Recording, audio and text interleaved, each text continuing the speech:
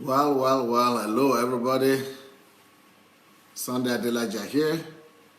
Welcome to another day of glory, of God's grace, of God's blessing, of God's favor. Eric Osadola, Shankar, Mashu, Glory Bai, Daniel Oshonma,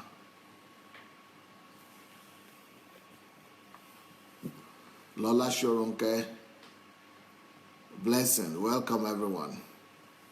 Nice to see you all. Alewu Okwa, Rochelle White, Fumi Jeboda, Joti Dowu, Fumi Adewuse, Shashal Ubuntu, Kemi Adebanjo, Onanuga. That is an Ijebu lady right there. Ola Martin,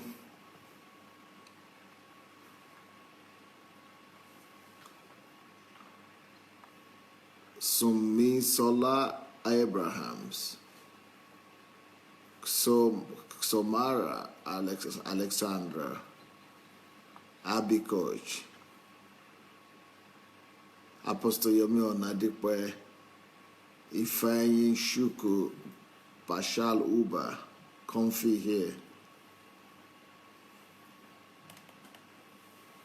Nkiri Ojimadu is here. Adeola Esson, Flair Karim Matip, Eukaria, Frank Uati, Stella Nuhu, Perry Lamb. Well, welcome everyone. Let's go ahead. Shidi Odi. Oh dear, Shidi Odia is our super Eagles hero. Welcome. Aline Paradis, Daniel Asenga, Joseph Oyewole, Alewu Okwa.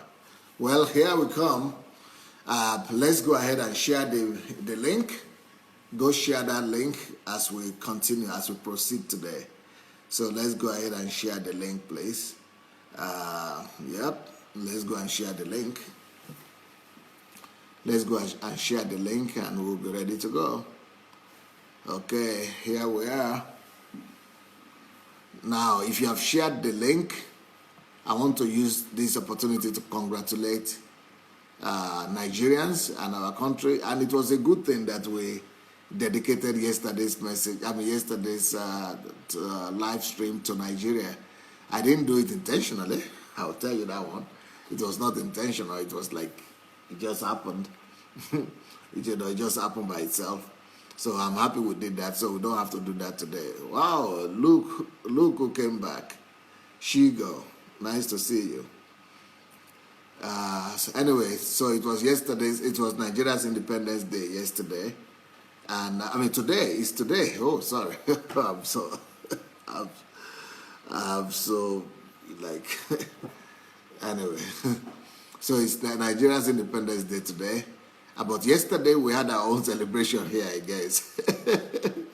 If I had known, I would have titled it, I would have given the title similar to something like that. Okay, commemorating Nigeria's Independence Day, right. Oh, wow. I think that's not a bad idea. I might still go and change that title and make it, look like we did it intentionally. I didn't do it intentionally, but just go and make it look as if it was planned. Let me see if I could still do that. Wow. Well, welcome everyone. Today is going to be another great day. But, I had a topic yesterday which I never really, which I never really completed. I never ever really started. So that's the topic that we are going to do today. Now, Nigeria is 56 years old today. 56 years old today. And what should I tell you? I see a new country. I see a glorious future.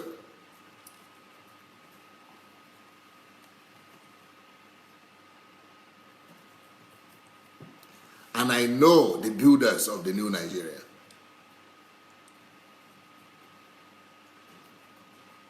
I know the people who are going to build the new country, the new Nigeria, the new nation.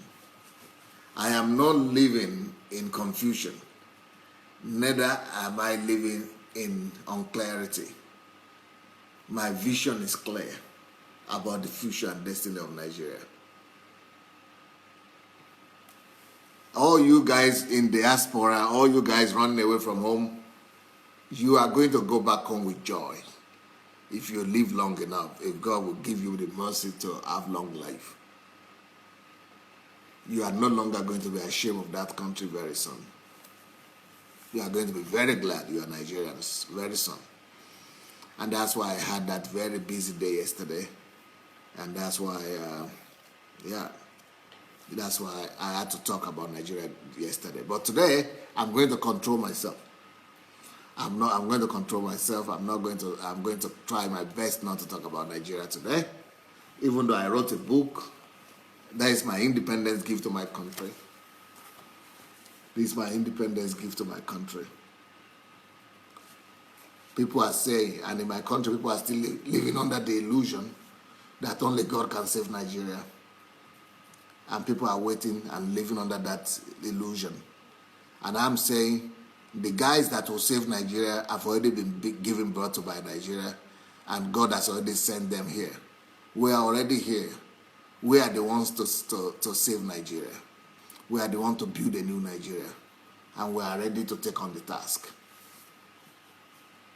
So I just need God to help me to get things right in this place and leave to Nigeria as fast as possible. And once that is done, with other people that God is raising up, we will be able to, show people that a new Nigeria is no longer a dream, that a new Nigeria is a reality. Yeah. I have another book on Nigeria and the leadership question.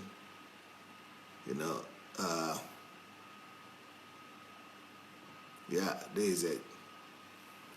So for those of you who are interested, but those two books are not just for Nigerians, they're actually for any country. So if you are concerned about your country, you might want to get those books. They will help you as well. Okay. But the topic of today is different.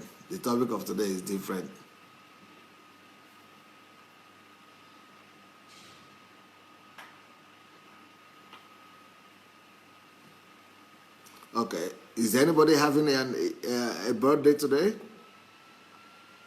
Nkiru is writing something here about cakes. Okay. For the independence of Nigeria. Okay, independence of Nigeria. They make cakes, I guess. All right.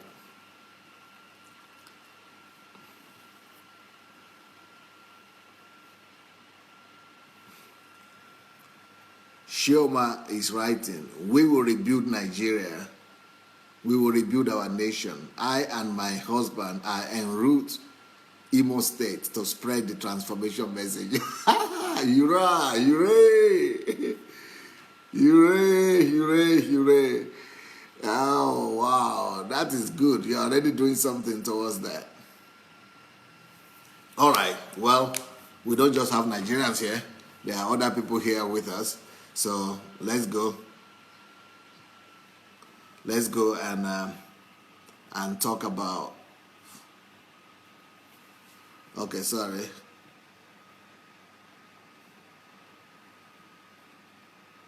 Aline Paradise says, can we read the 25 things that God gave you about Nigeria in that book? No, those are confidential things. But if you are going to go with me to Nigeria, like move there from Canada, then definitely I'm going to let my team hear about that. So I would let my teams know about that. So you are going to be able to know about it, but I'm not going to write it on the book right now.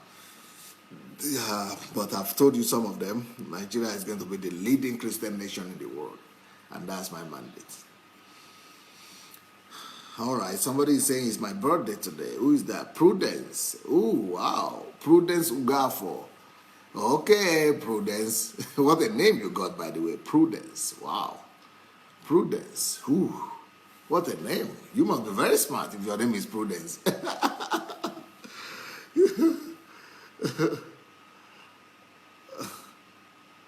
So I really want to use this opportunity to congratulate Prudence and to say, I join my hands together with you and I release the grace of God, the blessings of God, and Father's blessing, Father's gift on you upon this your birthday.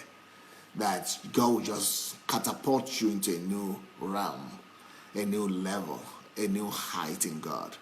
That from this your birthday, that the favor of God, the goodness of God, the light of God will overwhelm you, and you will be enjoying a new relationship and a new walk with God like you never dreamed possible. That is my blessing and my prayer for you today. Be blessed and be joyful and be delighted in this your day. In Jesus' name. Happy birthday, Prudence. If your machine is sending you some cakes and some wine as well, some champagne. I hope those are non-alcoholic champagnes, even though they're just in pictures. Anyway, wow. Can I talk about this topic today? That is Independence Day? Well, it's not everybody that has Independence Day. It's just Independence for Nigeria. So I think I should just go ahead and do my own topic. Okay, the topic of today is how should I best respond to times of crises, troubles, and problems? How should I best respond? How should we all best respond to times of crisis, troubles, and problems? How should we best respond to times of crisis, trouble, and problems? What is the best response that is out there? How should we best respond? Okay, I think it's a topic that we must all hear, and it's a thing that we must all know as well. So we must all know how to respond in times of crisis, and yeah. Okay, Father, I pray that you bless this message today. Let your hand and your grace rest upon your son to be able to deliver your word in spirit and in truth. And I also ask, Father, that you will bless Nigeria today, and you will cause your light, your sun, the ray of sun, to arise upon Nigeria. I just saw a sun. The light ray of sun, the sun's light, the ray of sun, the illumination, the spray of God's ray of sun coming upon Nigeria. I just saw in the spirit right now. Just saw sun coming. Darkness will leave. Sun will come. Hope will come upon that country. So that, Father, I receive the descendants of that sun, of that light, that our time has come, our light has come. The light of our country, the light of Nigeria is here. And Father, we thank you for all the men and women you are raising up from all over the world to build that country, to build that nation. Father, we are ready. I'm ready. I've heard your instruction, and we are ready to go and comply and carry out your injunction. Father, open the door and cause every available means and resources to be released for the task, and cause your men to be released to be able to cope and surmount the challenge to the glory of your name. In Jesus' name, amen. Okay, here we go. This is the kind of message that you want to go call your friends for, to listen to. This message is going to help somebody. So I want you to go ahead and invite your friends, invite your relatives, because this message, they will need it. Believe me, they will need it, because all of us, one day or the other, or one time or the other, will need to confront we are going to be confronted one way or the other, one time or the other, with one challenge or the other. So we are all going to be confronted with issues. We are all going to be confronted one time or the other, one way or the other, at a stage in our life. We are going to be confronted with crisis. We are going to be confronted with adversaries. We are going to be confronted with problems, troubles. That's just how life is. We are all going to be confronted with these things.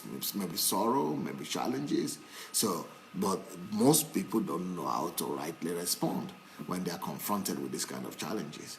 So, and that's what I want us to deal with today.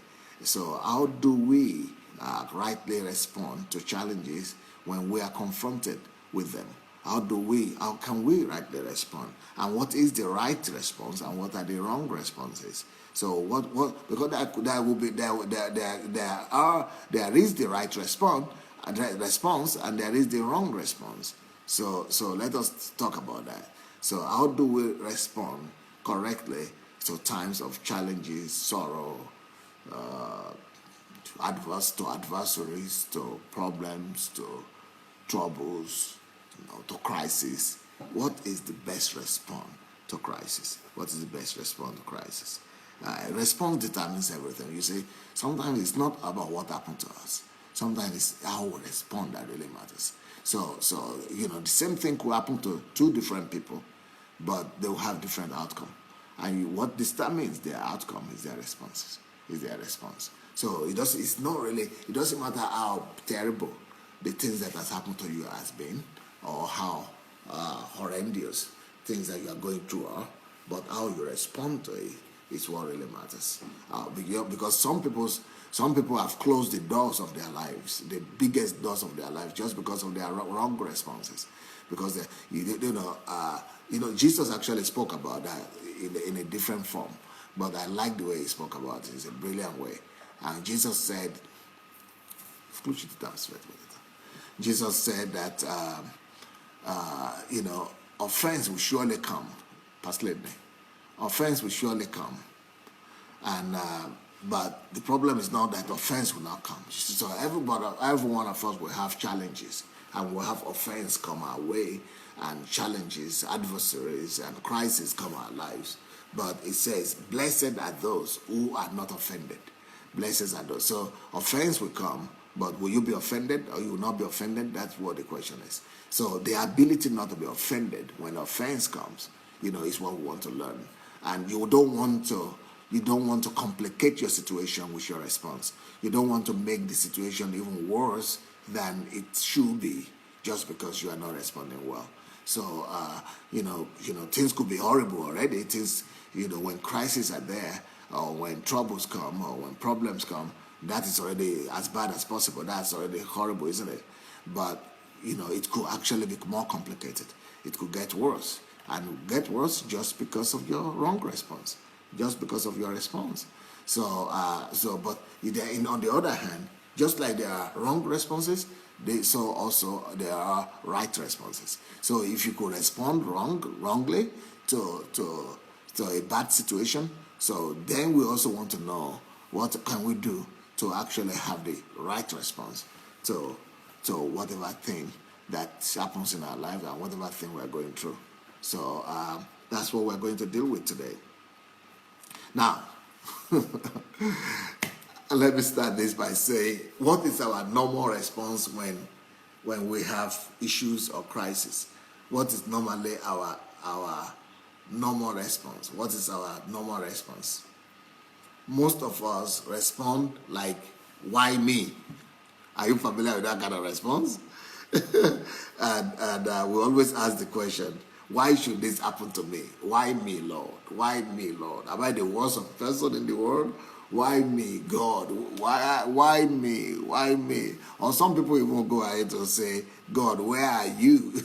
Where are you? Where are you, God? Why should this happen to me? Why?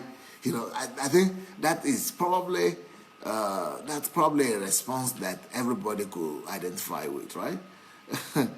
That's probably a response that everybody could identify with, like saying, "Oh, I can't believe this is happening to me. I can't believe." So, but the bad thing about that kind of response, I personally have worked on myself to to never ever say that anymore. As I was growing in the Lord, I became aware that that kind of response is not just not right, but it's not godly as well. Even though it seems normal, like, oh, why me? But I began to think on it myself, and I began to say, okay, what am I trying to say? So these things could happen to other people, but not to me, right? Okay, why me? Why me means, why me? Let it happen to that guy.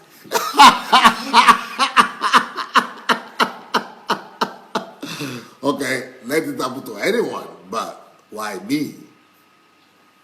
But that is not just selfish. It's a little bit, it's a little bit evil response because, okay, of course we say, oh, no, I don't want it to happen to anybody. But it has been happening to other people before, isn't it? And it still happens to other people. But the problem, your own concern is, why me? But when it happens to other people, you don't say, why them? Let it happen to me. You don't say that. But when it happens to you, you say, why me? Let it happen to anybody else, but not me. I will sympathize with them. I will comfort them. I will help them, but why me? Because we think that we are better than that. We think that bad things don't have to happen to us. We think that bad things only have to happen to other people, and that we are so special, and because we are so special, that things should not happen to us that we don't like, But funnily enough, most of those things that we say, why me, though, they are some of the things that have really been sent into our lives to make us who we're supposed to be. Those things have been allowed and have been they have been sent into our lives just for us to be the best that we could be, and so yeah. So that is why, so it has to happen to me or you. Why me? Why you? Well, because there is a destiny that we all have that God is taking us to, and there is a place, a journey. We're on a journey, and there is a character that God needs to build in you, and there is, there are some qualities that God needs to have in you, and some of those things will not come just by themselves, or they will not come like a magic. Some of those things will only come through your, through what you go through, and it is only your experiences that mold you, and we are all a product of our own story, experiences, and all that. So it is your experience, and if you don't experience something like that, if you don't experience something that will form you, that will mold you into whom you are supposed to be, then you will never become that person. You will never become that person. So why me? Well, that answers the question, why me? Because you have a destiny that you need to face. You have to, why is it not happening to those guys? Those guys never have problems. That's what you think. But they are having problems, proportional to their destiny. And you are having a problem proportional to your destiny. So you are having a challenge that is meant to make you whom you are supposed to be. So, you don't worry about other person. They are going to go through whatever they need to go through to become who they are supposed to be as well. I used to have this question, especially when I was a kid growing up in my village in Nigeria. I used to look at our family used to be well off. Then we lost everything all of a sudden, and we became so poor, one of the poorest in the village. And then I would look around at the people who are doing well, and I would say, wow. I would just say, why should they have everything going on? Even they have more than they need. They have so much, good things going on for them. These people are so blessed. But why me? Why are we so horribly poor? And why are we so despicably, just in need? And I used to think like that. But, I used to think those people never ever have problems. Why is it that some people never have problems and other people have all the problems? But today, like 50 years later, I'm looking back, let's say 40 years later, because when I was 40 years later, I'm looking at those same families those same people that I used to envy, and I used to say, why should God give them everything and they never ever have problems? Those same people today, not just today, but over the years, over the course of life, they've been having so much problem. And they've been in so much crisis. Actually, I'm actually coming to some conclusion that you are either have your challenges and your troubles when you are a kid, or when you are growing up as in your family as a teenager or as a kid, or you end up having those problems or troubles later in life. Because those people who have problems when they're growing up, or poverty or lack or things like that, it kind of mold them earlier into who they need to become.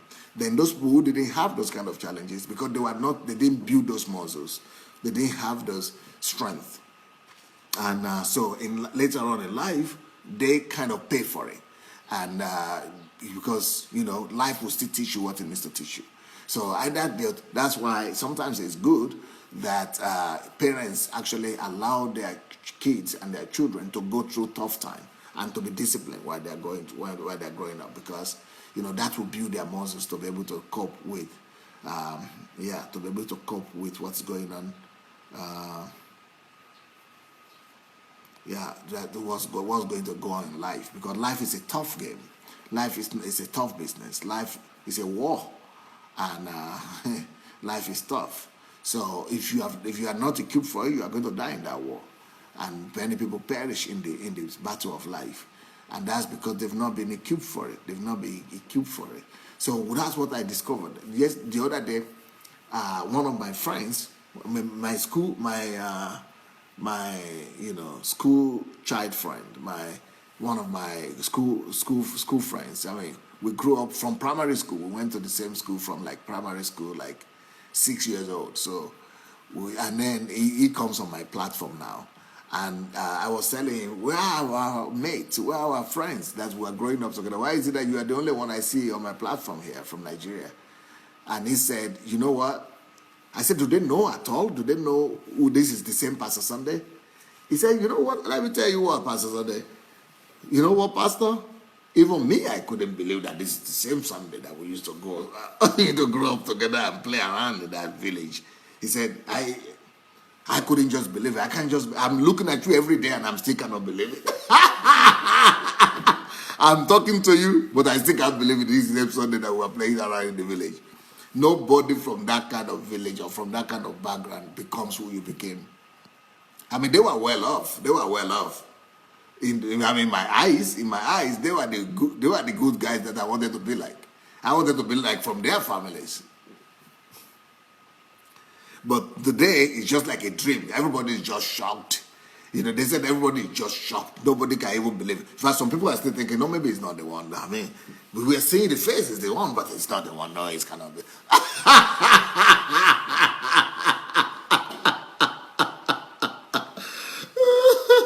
What am I talking about? The challenges that you are going through today, that does not always necessarily bad. It's not necessarily bad for you.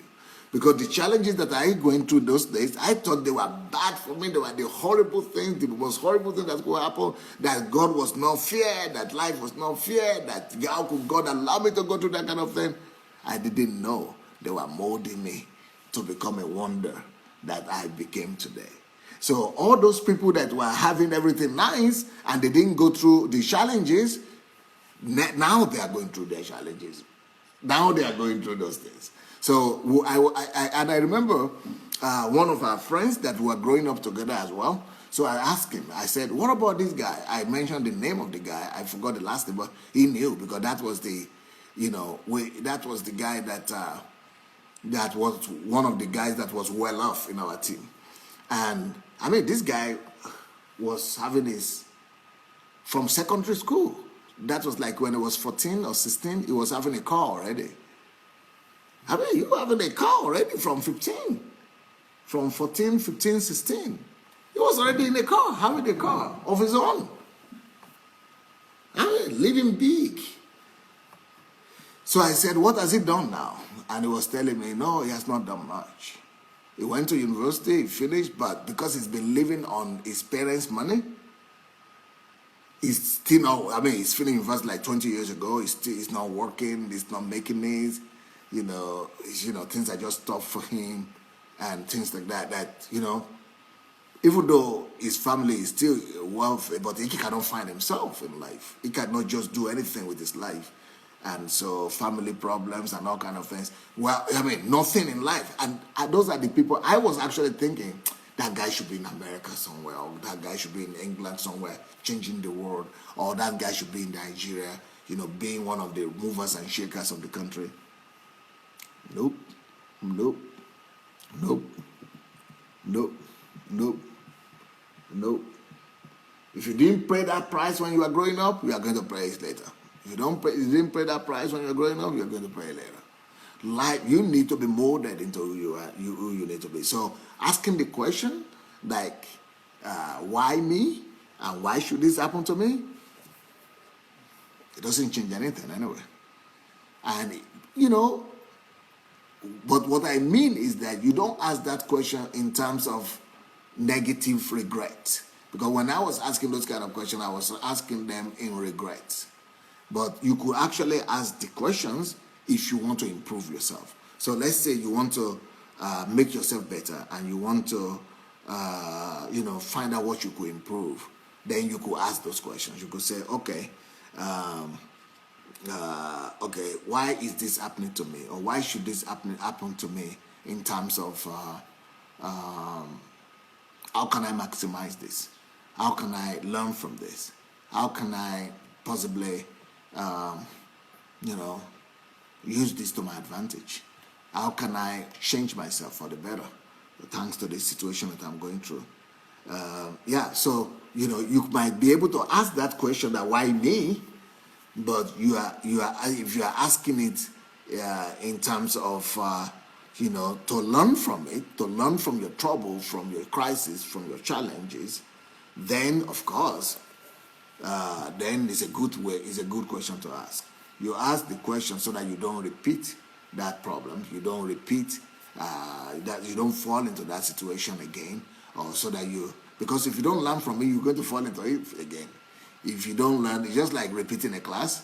If you don't pass the exam, just like life. If you have not passed the exam of some situations, you have some experiences you go through in life, you are going to learn, you are going to repeat those mistakes again. You're going to repeat those same things again, because you have not learned the lesson why they were allowed in your life in the first place. But so that's why in that term, or in that sense, yes, you might want to ask the question, why me, and what can I do, what can I learn from this situation and all that. So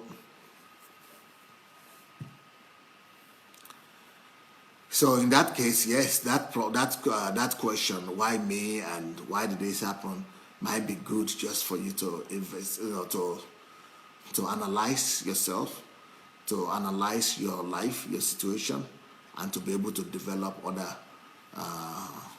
responses, patterns, and attitude, in similar situation or into life in general. But we must also know, though,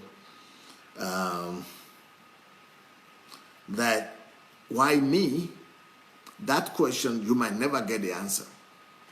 Because when you are asking the question, why me, you want some explanation, right? Sometimes explanation will not make sense to you. Whatever. So at that particular time when you are going through that thing, an explanation might not always make sense to you. Like, for example, when I was going through my challenges and my troubles when I was growing up in Africa, even now, some of the troubles I go through, I used to think and I wonder why those problems, why those challenges. And but I've learned not to ask that question again, and I've learned to just believe God and trust. And that's one of the greatest things that could happen to you when you are in trial and when you are going through some crisis or problems. Learn to trust.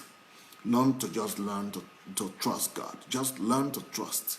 Trust God that He knows better and He's going to fix it. He knows why this is happening to me. I'm not going to complain. I'm not going to murmur. I'm not going to, I'm not going to whine. I'm just going to trust.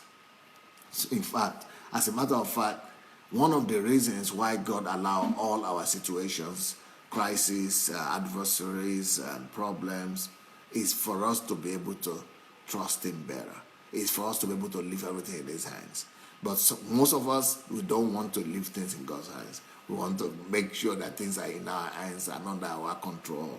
So, but in this situation and in any situation, God is always after us trusting Him, believing in Him, and putting our trust in Him that He knows better and that He meant well for us, and that whatever happens is meaning well for us and is wanting us to have the best. But the point I'm trying to make is that explanations might not always be readily available for you in the natural realm. Even though God has explanation at all times for anything that happens to you or that you are going through, but God knows for sure that you are not ready for that explanation. I mean, for example, when somebody's loved one dies, maybe your husband, maybe your son, maybe your daughter, or somebody that is so precious to you, when a person like that dies, I mean, what kind of explanation do you want? What kind of explanation will make sense to you? They are not going to make sense to you, especially if they don't have a direct relationship or a direct, benefit to you right now. We don't want to understand things that don't positively benefit us immediately. And so all those theories that it's going to benefit you later, or it's going to benefit the world later, or it's for the best, or God knows better, or it's in heaven, all those things, they don't comfort you too much right now. And you want to get an answer right now. And you want to get an answer to see that that answer is good for you. But, believe me, there is an explanation. But it's not always an explanation that you can get now. But the way life has been structured, the way God has made life is such that later on, you will most likely get an answer. As you grow, as you mature, as you advance in life, you will probably get an answer. I mean, we had a terrible experience in our life, in our family, when the three most prominent members of the family were wiped out in 6 months. I mean, three most successful members of our family all died in a period of 6 months. 6 months. And, this is the most successful. All the ones that were not successful, nobody touched them. They were there, they were living, and they couldn't do anything. They couldn't benefit anyone. But the only ones who could benefit anybody, not just one of them died, not two, all the three of them were just gone. So, how could you have ever understood that or explained that? But today, with what is going on in my life, there is a better explanation. And with what I know is still going to go on, first of all, we would not have even come to know the Lord, because we would have been relying and putting our trust on the sufficiency of our parents, of our relatives. And, we would have been. And secondly, I would have been in Russia. I would have been able to fulfill my destiny here. They would have sent me somewhere else, but not Russia. So a lot of things happen to you now that you might not be able to explain, but that might have, explanation when you grow up, when you become mature, as you advance in life and in age. And when you learn some things, you'll be more ready to receive explanation or to understand why those things happen and what is going on. So there will be time for it. There will be time for it.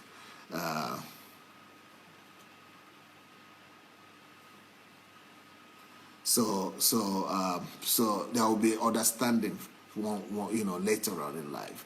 And, most of the things that happen, even if Satan did them, even if they are evil, even if it is the enemy that has, wreaked those havoc in your life, God still is so good that He can still turn those things for good. He can still turn them around. And even when it is Satan that is doing it, God can still make, something beautiful out of the things that Satan meant for evil. So no matter how bad things are, and no matter how terrible, the troubles that you are facing right now, God will, if you believe God, and if you respond properly and normally, if you have a good and positive response, God will know how to turn. God knows for sure how to turn those things for your good. How to turn those things. So you might not always have an answer right now, but there is an answer. And that answer is not going to be against you. It's for you. It's for you. It's for your good. It's for your good.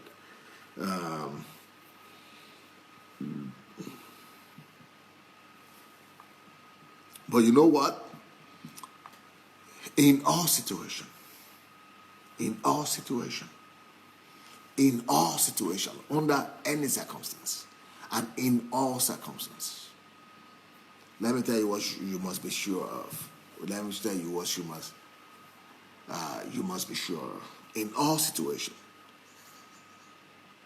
you should make sure that you are trusting in Him. Make sure you are trusting in Him. Make sure you are trusting in Him. Make sure you are just trusting in Him. Just make sure you are surrendering to Him. He knows better, and He knows what He's doing, and He knows what is happening. Even He knows what Satan is doing, and He knows how to turn it around. So why don't you just trust in God? Let's just trust Him. Let's just trust Him. I think trust is probably the only thing God is expecting from us as relate to God. There are other things that God is expecting from us as relate to us, like He wants us to change. He wants us to change our attitude. He wants us to change our worldview. But that is all about us, right? But as it relates to God, trust might be the only thing that He is expecting from us as relates to Him. Otherwise, most of that cases, in most of the other situations, He just wants us to change for ourselves. And He wants us to change in our attitude to life and in our perspective, in our mind, in our understanding. But when it comes to our relationship with God, He wants us to just trust Him. Believe in trust. Trust, that's what makes trust stronger than faith or hope. Because trust means, faith is when, you are still believing that something is going to happen. You see what you are believing. You see, faith is that you see something ahead of you and you are walking towards it. You believe it and you are working to get it. But trust is different. Trust is when you don't see anything ahead of you. That's when you need trust. You don't see. Unlike faith, in faith you see something ahead, you are sure of it. But what about when you don't see? When you don't see why this and where is it going and what's happening? So that is the horrible part of it. That is when you really need to trust.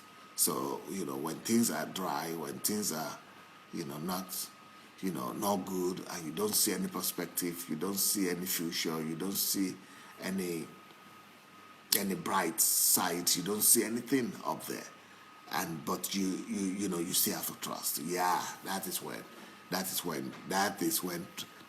what we really need. The ability to trust God when there are even no suggestions that anything could come out of it. So that is the best thing you could do in your relationship with God, really. But we have His promise, though. The promise is that all things work out for good. All things work out for good. All things work out for good. So if you could believe God that God will make things to work out for good for you, then you'll do well for yourself. You'll be doing well for yourself. Now, there is a downside to this question of response and how to respond and why me. The downside to this is if you get stopped, if you unfortunately get stopped in the question, asking the question, why me? Why me? Why me? Oh, no. And you become a victim. You just turn yourself to a victim, and that will just kill you. That could bring you into depression. That could bring you into hatred. That could bring you into very ugly stuff that you didn't bargain for. It will make you worse. And those are the things I was talking about, the wrong responses. That will be a wrong response, and it will just damage you. So get yourself out of that mood and out of that state of mind where you keep on asking, why me, why me, why me? So you just want to get out of that zone altogether. Just get out of that zone and get it out of your life. Quit. Promise yourself that you never ask yourself that question, because if you are going to keep on asking yourself that question, not to improve yourself, not in terms of working out on yourself, but if you get stuck, like what do you call that? It's going to become like a schizophrenic. It's going to become like voices in your mind. It's going to become like an incessant, unending voice. Pushing you. That's like at the verge of craziness. That is like delusion, and that could just it will destroy you. It will destroy you. So you don't want to get stuck in that question. You don't want to hold on to that question for long. You don't want to keep on asking that question to yourself, and you don't want to keep on. And because that question will bring you to a state of self-pity. And if you get to self-pity, there's nothing worse than self-pity. The worst thing you could do to yourself is to be pitying yourself, and to be wrangling in self-pity. And once you get into the zone of pitying yourself, you are at the verge of insanity. You are at the verge of insanity. That's just the way it is. That's just the way it is. You are about to lose your mind if you like it or not. That's just the way things are. You don't keep on asking yourself that question, why me? And I'm pitying yourself and thinking you are not fortunate and things are not fair for you, and other people didn't treat you well, and pack your load and just move on. Forget about it, leave things in the past, put them where they belong, and move on. You will understand later. Because once you begin to hold on to that question, why me, and once you begin to pity yourself, you make your situation worse. That situation will not just become worse, but you will multiply your calamity.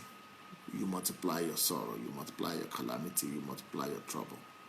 You multiply your sorrow, you multiply your problems, you multiply your, you just make things worse for yourself. You become a greater victim. Yeah. Now, another area of this message that I need to talk about is that,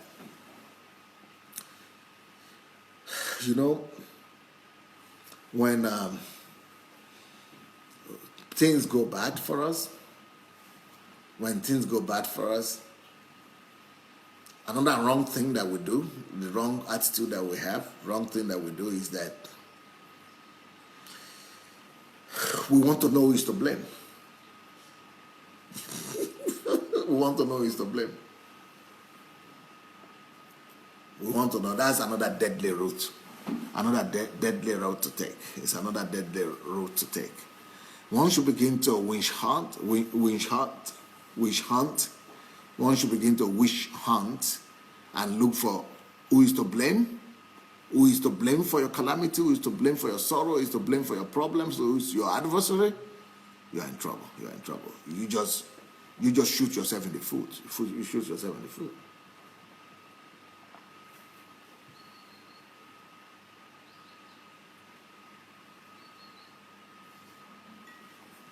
No, you don't want to go that route. Don't let us go that route. That's not the way to go. That's one of the wrong things to do. That's one of the wrong responses of crisis. You don't want to begin to, winch hunt and begin to look for people and blame them for your sorrow. In Nigeria, in my country, Nigeria, witch hunting has become one of the doctrines of the church. And almost in every church, people tell you there are some people behind your problems, that there are some people behind your sorrow, there are some people behind your problems, and there are some people behind your crisis. That is not the Christian way to go. It's not the Christian way to go. That is the pagan. That is one of the leftovers of our paganism and of our pagan practice. Because in paganism and heathen religion, or what did Jesus say? The Gentiles, pagans. What they do is you actually go to them to find out who is behind your problem. So the whole system of paganism and polytheism and all kind of all this Gentile religion is that they all want you to be, even if there is nobody behind your problem, they want you to believe that there is somebody behind it anyway, and so they make you to think only in terms of an enemy. So paganism and Gentiles think that there must be somebody behind their problem or their situation. Anything that happened, there must be an enemy, and that is why Gentiles, occultism, paganism, and all those religions. That's why they major on destroying people, on killing each other, on fighting each other, because it's no more. That's why no other religion is a religion of love. And that is what differentiates Christianity from any other religion. Christianity is a religion of love. And that means that we don't witch hunt. Christianity should never witch hunt. And that's because we are a Christian religion. We are a Christian of love. Because God is a God of love. It doesn't even matter if you have an enemy. Even if you discover that he's your enemy, just love him at the end of the day. So why do you look for him in the first place? Even if you don't see him, just love him anyway and still pray for him. So, but the kind of Christianity that I see people practice in Africa, that is not Christianity. And I can argue this with anybody else, that as what I'm seeing in Christian, especially the Christian, the charismatic Pentecostal arm of Christianity in Nigeria, they don't have anything to do with Christianity. It's not Christianity. It's just a sophisticated, a modernized form of witchcraft. It's a modernized form of paganism. Not all, but 90% of what I see in Nigeria now doesn't have anything to do with Christianity, the real Christian faith. And real Christian faith is love. Real Christian faith does not witch hunt.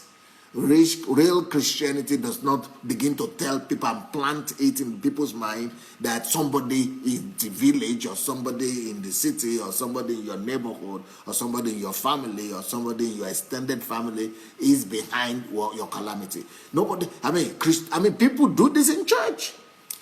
Some of the biggest churches in Nigeria and some of the most progressive.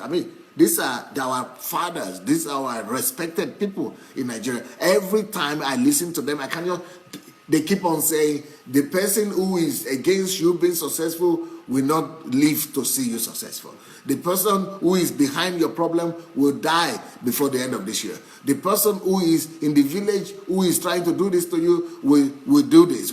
Any kind of religion that you see, any kind of church you see, where they are telling you, where they are emphasizing the fact that there is somebody behind your problem, that there are people that that are hunting after you or that are after you. Any religion, any Christian, any church that emphasizes witch hunting, any church that emphasizes enemies and going after them or running away from them, that is not Christianity. Run away from these churches.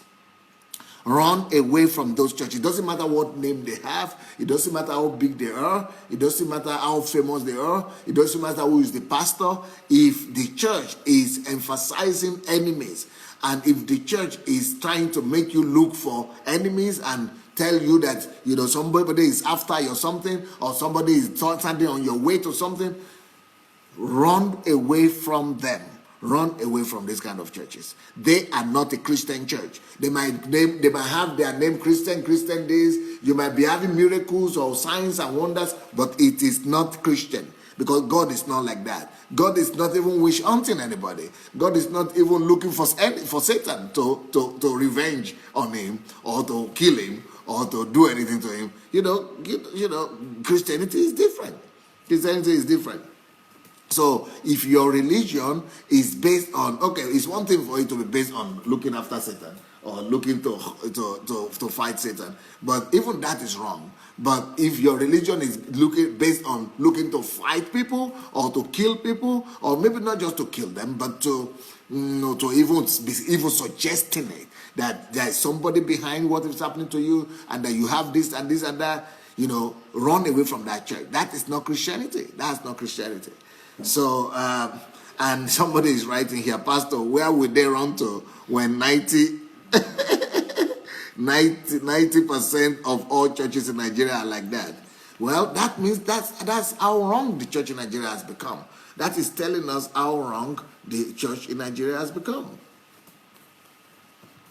So any religion that focuses you on blaming somebody or blaming people for your situation is not a Christian religion. It's not Christianity. It's not Christianity. And they are witchcraft churches. They are witchcraft churches. And that is why the situation in our country is so sad.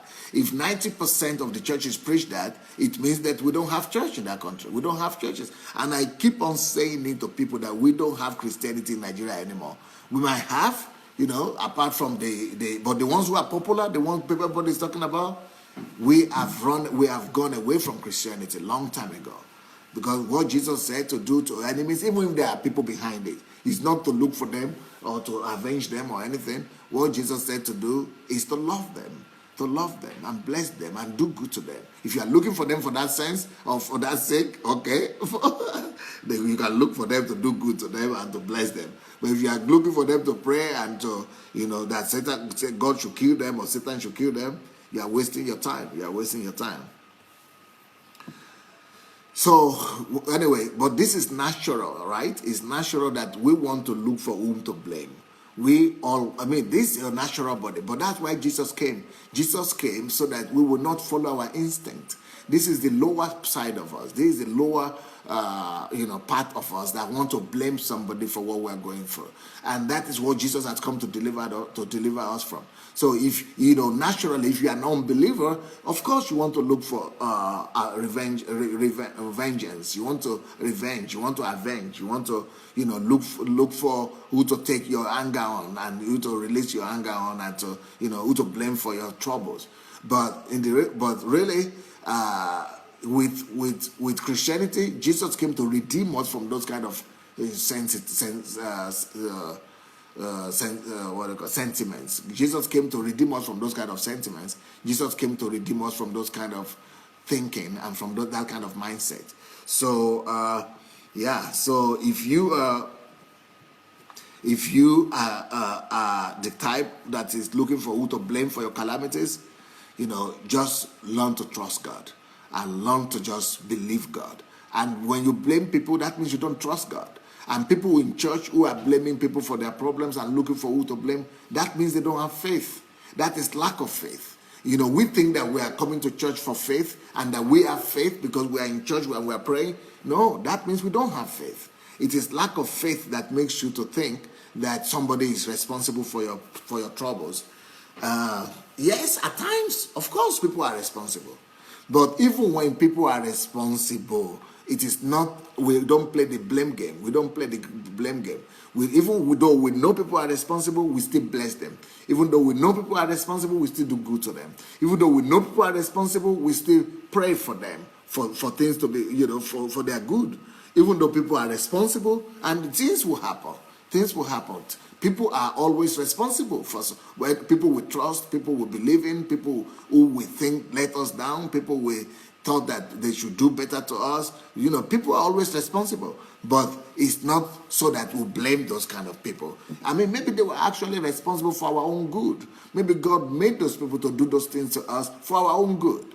And God says that no hair of your head will fall to the ground without his permission. So God knows what he's talking about, and God knows why whatever is happening to you or whatever happened to you happened. And it's not your thing, it's not the right thing whatsoever. to begin to now, blame those people or wish on them or curse them or go after them just because, they were instrumental in bringing the problem to your life. But, at the end of the day, I like what Mother Teresa said. Mother Teresa said, at the end of the day, it's not between you and people. It's between you and God. Even though people played some roles in that thing happening to you, but you should know that God supersedes people. God is over people. And God knows why he allowed people to play those kind of roles in your life. So stop looking at people as bad primarily. Stop looking at people as people are being evil and who are after you or who are out there to hurt you. I mean, just like other people could tell that about you too. Other people could be saying that you are out there to hurt them. And people could be saying that you are the one responsible for their pain as well. Can you imagine if all of us would begin to pray that our enemies should die? You pray that I die, and I pray that you die. We will all be dying. We'll be burying each other every week, if not every day. So that's not what Christianity is about. And God will not answer most of those prayers. Most of those prayers are just a waste of time, really. Actually, when I see people who blame other people, I run away from them. When I see people who play blame game, I just take my leave. I just leave them alone. I just run away from them because, they are dangerous people. And if you don't run away from them, they are going to infect you with their troubles. They are going to complicate things for themselves, make things worse for their lives, and they are going to make you a partaker of those horrible experiences that they're going to have. So, yeah. But yes, people could be responsible for the things that we're going through. People could be responsible for our challenges, but we don't focus on people. We focus on ourselves, changing ourselves, making ourselves better. We focus on God, on how we could, know him better, we trust him better, and how we could become better in life. That's what we do. We don't focus on people, especially we don't focus on the negative things that happen between us and people. We should rather focus on the positive things that happen between us and people, but not on the negative things. But let me tell you another thing though about troubles and about calamities and crises when they happen to us. When calamities and troubles happen to us, and sorrow and challenges, and even when we have adversities and things like that, the reasons for them are always multifaceted. Most of the time, whenever anything bad happens to you, it is wrong for you to just think that, okay, this one person is the reason, or this one person. Normally, it takes two to mingle, or to wrangle, whatever, to tango. And it takes maybe whatever you did and whatever that other person did.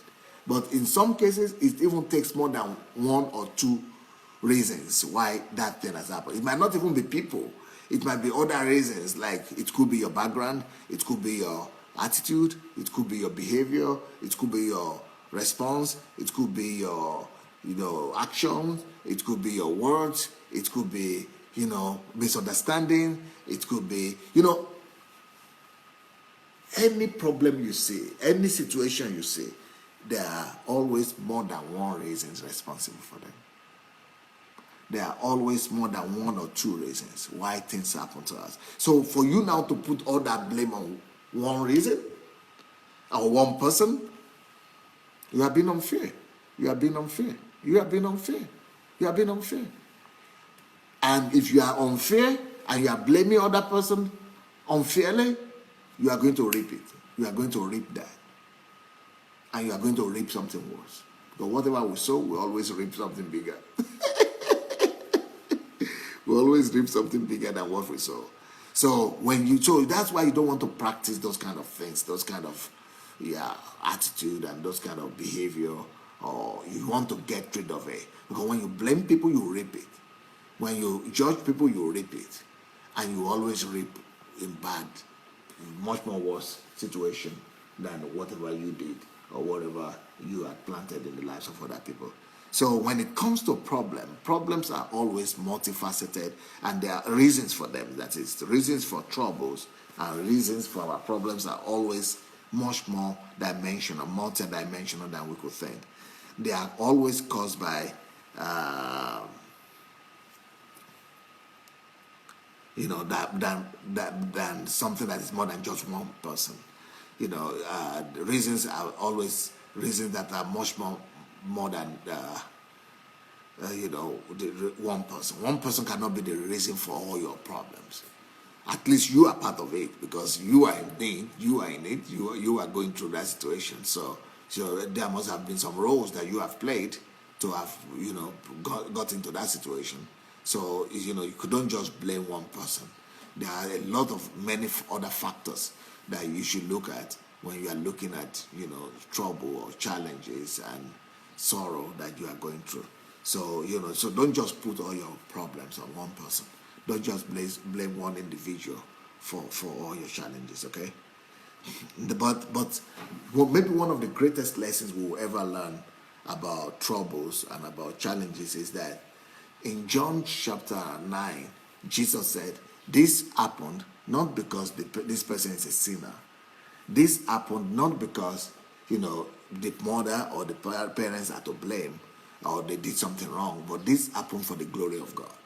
You see, most of the things that happen to us is because God wants to use them to better us in the future eventually.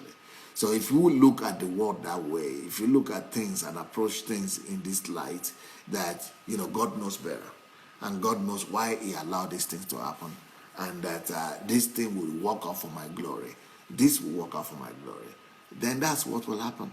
But if you are not seeing glory beyond the situation, if you are not seeing, the good outcome, then you will never have that good outcome. And you will always live in regret, you will live in depression, you will live in hatred.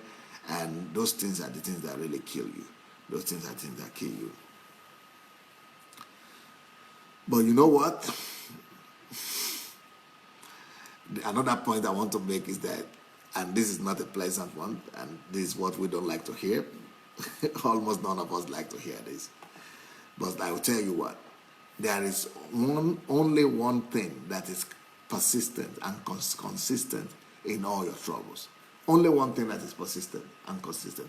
People go, people come. You change people in your life. Maybe things happened to you last year. There were different people involved. Things happened 10 years ago. Different people involved. 20 years ago. Different people involved. There's only one factor that is constant. That is you. So in all your troubles, in all your challenges, there is only one commonality. That commonality is you. It means there is something for you to change. And that is why whenever we are going through troubles or challenges, there is always one thing that is common. And that thing that is common in the trouble that we are going through is we ourselves. That is you. You are there. You are part of that problem. You are in that trouble. So to point finger to other person is wrong. To point, whenever you point finger at another person, you have 4 coming back to you. Whenever you say you to another person, 4 are coming back to you. So at the end of the day, look at yourself. That is me. I am to blame. I take responsibility. I am to blame. I need to change. Because, can you imagine if a similar thing happened to you 10 years ago and you blame the people you are related with 10 years ago. Then it happened to you 6 years ago. Then you blame those people that you were related with 6 years ago. But they were different people. Then the same thing happened 5 years ago. Then you blame those people who were in that situation that 5 years ago. Then another one happened 2 years ago. Then you blame them. Another one happened 1 year ago. Then you blame the so why? So the whole world is bad, right? Only you, everybody is after you. Everybody is after you. Everybody wants to hurt you. Everybody wants to do evil to you, right? That's what you think. But it means that God wants to say, okay, the elephant in the room that you are not seeing is me. The elephant in the room is me. You are the elephant in the room. And you might want to look at yourself and examine your life and, and say, God, teach me something. You want to teach me something. You want to change something in my life. You want to improve me. You want to make me better. Help me, Lord. Let me see what you are trying to tell me. Let me learn from you. So the truth of the matter is, most troubles that come to our lives come as a result of our own wrongdoings. They come as a result of our own wrongdoings. They come as a result of our, behavioral patterns. They come as a result of our actions, and they come as a result of our wrong decisions. So at the end of the day, we're at the receiving end. We are all at the receiving end. Then another thing I would like to talk about is that, when things go wrong in people's lives, there are other people that are in a hurry to say, oh, it's because of a sin or the other. They're always pointing to a sin. Or even we ourselves, we kill ourselves thinking that, oh, I've sinned, oh, I've done something wrong, oh, I've done this wrong, oh, I've sinned. It's because of sin. If God was supposed to be giving us problems just because of sins, we're all in trouble. Of course, there are situations when things that we did wrong could lead to consequences, because there are always consequences of wrong actions, or there are always consequences of sin. There are always, the reward of sin, the Bible says. But, sometimes we take that over the board. Sometimes it's not necessarily sin that is causing what we are going through. Sometimes it is, but sometimes it's just attitude, character, or it's just life, or it's just circumstances, or it's just situations, or it's just lessons, or it's just things that God wants to bring out better in us, or they are just things that must happen. They are just things that we must learn from. It's just a process of life. But if you hang yourself on sin and just be talking about sin all the time, that could lead you into low self-esteem. That could lead you into, a victim mentality. That could lead you into, even if it is sin, the Bible says, confess your sin and you are forgotten. For God forgets and doesn't remember them anymore. It says that, confess your sin and he will be faithful to forgive you your sin. So forget about it. Confess that sin. Ask for the blood of Jesus to forgive you. To wash you. Ask God to forgive you and forget about it. Move on. Don't get yourself hung on sin and blaming yourself and condemning yourself and, talking about sin. The more you talk about your sin, the more you sink yourself in that sin. You just sink yourself in that ocean of sin. So, take your eyes off sin and take your eyes on God. Begin to trust God. Begin to believe God rather than, thinking about sin all the time.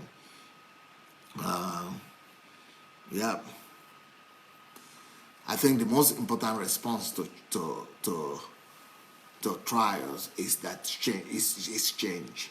Find a way to ask yourself the questions of where you need to change, what God wants to change in you, and what area of life that God wants to address in your life. It's about change. The greatest response to any trouble is change. God is demanding change from us. He wants you to change your attitude. He wants you to change your character. He wants you to change your relationship. He wants you to change your response. He wants you to change your patterns. He wants you to change your habits. God is after changing us. And the end result of those changes is for us to be able to become his image and his likeness. It's for us to become his image and his likeness. So God is working on us. We are all a work in progress. And but I hope that this message, about response and about attitude and about, the best way to respond, I hope it goes a long way to make you a better person and to, help you to cope and to navigate through all the issues and challenges that you are facing in your life.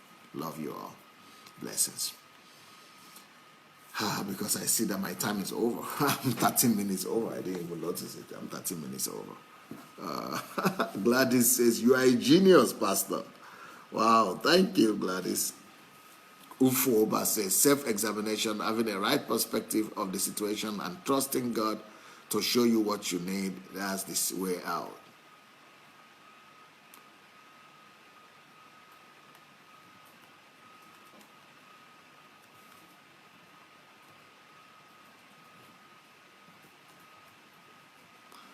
Joseph Oyewole said, the greatest thing to do is to make a self-appraisal of ourselves in the midst of our challenges so that we can learn and change.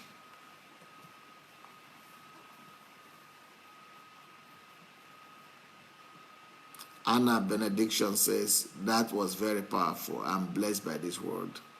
If you have not yet shared the link for this message, if you have not yet shared the message, please go look for your share button and share the message, because you might need to listen to it over and over again. I personally think that we all need to listen to this message over and over again. So go look for, if you go for your share button, it should be under your video or in your timeline. Press that share button, and it will do you good to listen to this message again and again. I mean, this is the kind of message that you want to keep for yourself. You want to keep for your future and be able to go back to it again and again.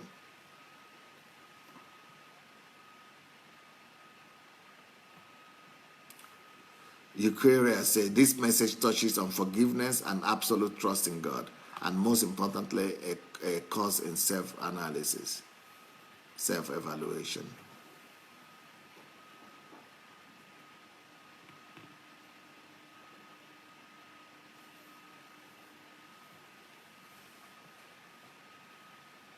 People are writing, thank you, Pastor. Let me see some of the old comments.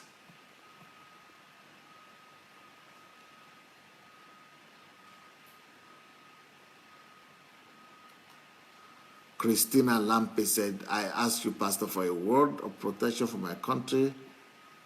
Oh, for hurricane. Okay, we release that protection upon Aruba. In Jesus' name, we proclaim the blood of Jesus over that island. Amen. Rochelle White says, it is true, hard things can force you to bring out the gold that would not have come out otherwise, right? Aida said, Pastor Sunday, you have such an infectious laughter. It gets me every time. God bless you. Thank you, Aida. Oyewole said, the challenges you go through today are those things God is using to mold you into more the wonders that you are destined to become.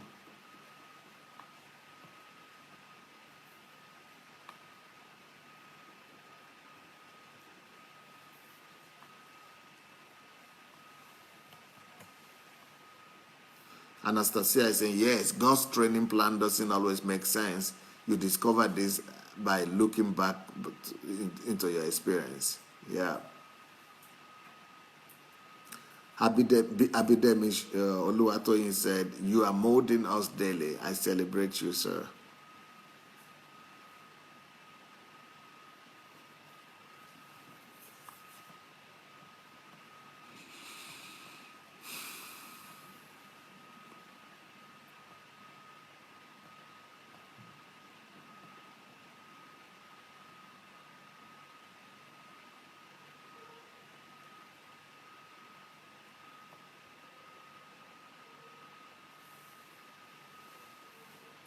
For Lucio Awonso says, good, okay, more grace.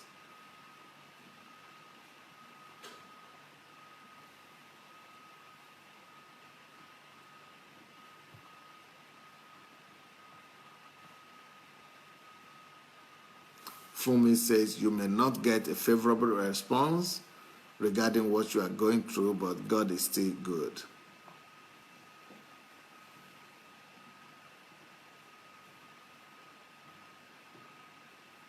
Fumi says, though it tarries, wait for it, it will surely come to pass.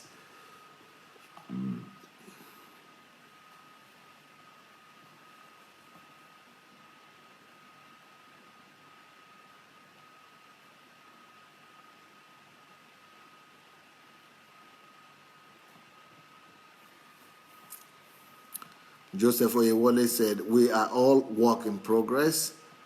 Wow, our doctor is a technocrat, specialist, an architect, a craft master of the word of life. Thank you. Adaora says, thank you, Pastor, for explaining the purpose and essence of challenges and what we learn from it. It will make more meaning. Happy coach, blessed is the womb that bore you and the breast which nursed you.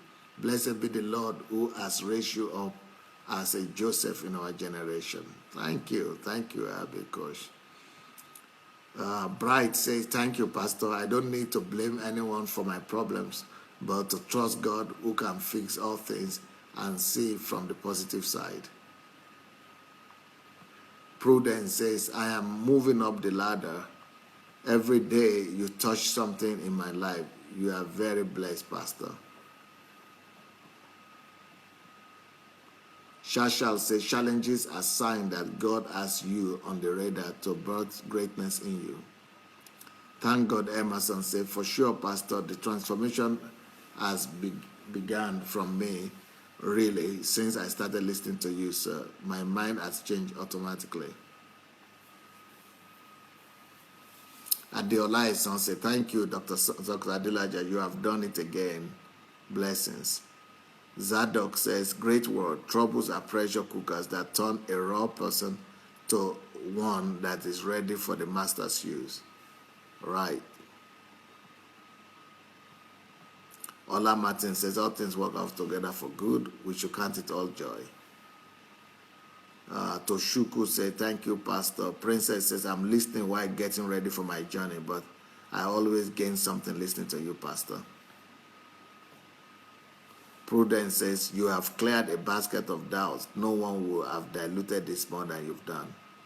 Miranda said, I'm so blessed listening to this message. Have a blessed day, Pastor. Sister Kate said, I really need to listen to it again and again. I think we all need to, really. Paula Dewale said, what a privilege to hear from you this morning. What a privilege to glean from your wealth of experience. This was Chidi Odia, our Super Eagles hero. Said, well done, Pastor. Thanks for this word. At least I know I have to look into myself to be able to forge ahead in times of crisis. Right. Elizabeth says, Pastor, this is raw truth. I have been through almost all these phases, but now I know better that God has a purpose for all my troubles. Right. Elsie Egbulefo. Elsie, long time. You've disappeared for some time.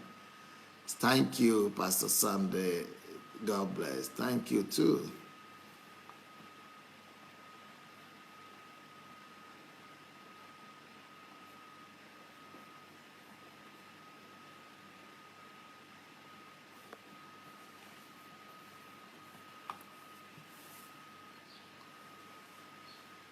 Boluji, they say, thank you for the practical life insight.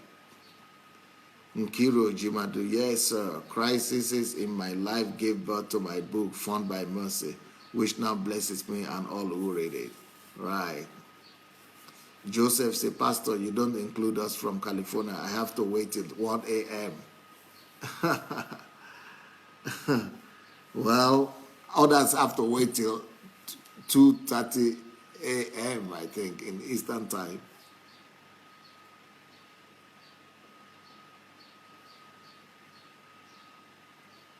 Steve Osaretin said, thank you, Pastor. We really need to change. That is my take from this message.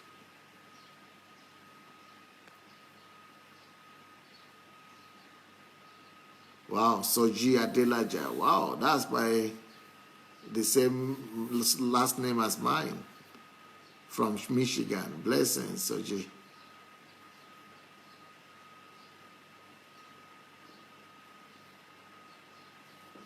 Sandra said, Pastor, you are always blessing us with new and divine messages. Thank you, sir. Challenges are a part of life. Shioma said, thanks, Pastor. Every challenge that I have experienced will be used for His glory and to pull others up. Right. Christina said, this is a message that everyone must hear. They have to put their trust in God. Well, you know what? Our time is gone. Thank you so much for your time today. I'll be back again tonight with the testimonies. We'll be back here tonight with the testimonies. It's going to be, I think, 7 o'clock Nigerian time, 7 p.m. and 7 p.m. British time, I think, if they have not changed their time yet. And then in America, it's going to be 2 p.m. in America. So look forward to see you guys tonight, and I'll be back tomorrow again, the same time in the morning. It's going to be 7:30 Nigerian time, 7:30 British time, if the time has not changed now. Shashal says, since I started to listen to you a month ago, I lost sleep. I am up every night designing my website, rebranding me and packaging me, just fulfilling my purpose. That is good. Sister Kate said, thank you that you have a radio channel. We can download the messages and listen to them all day long. Yeah, that is so true.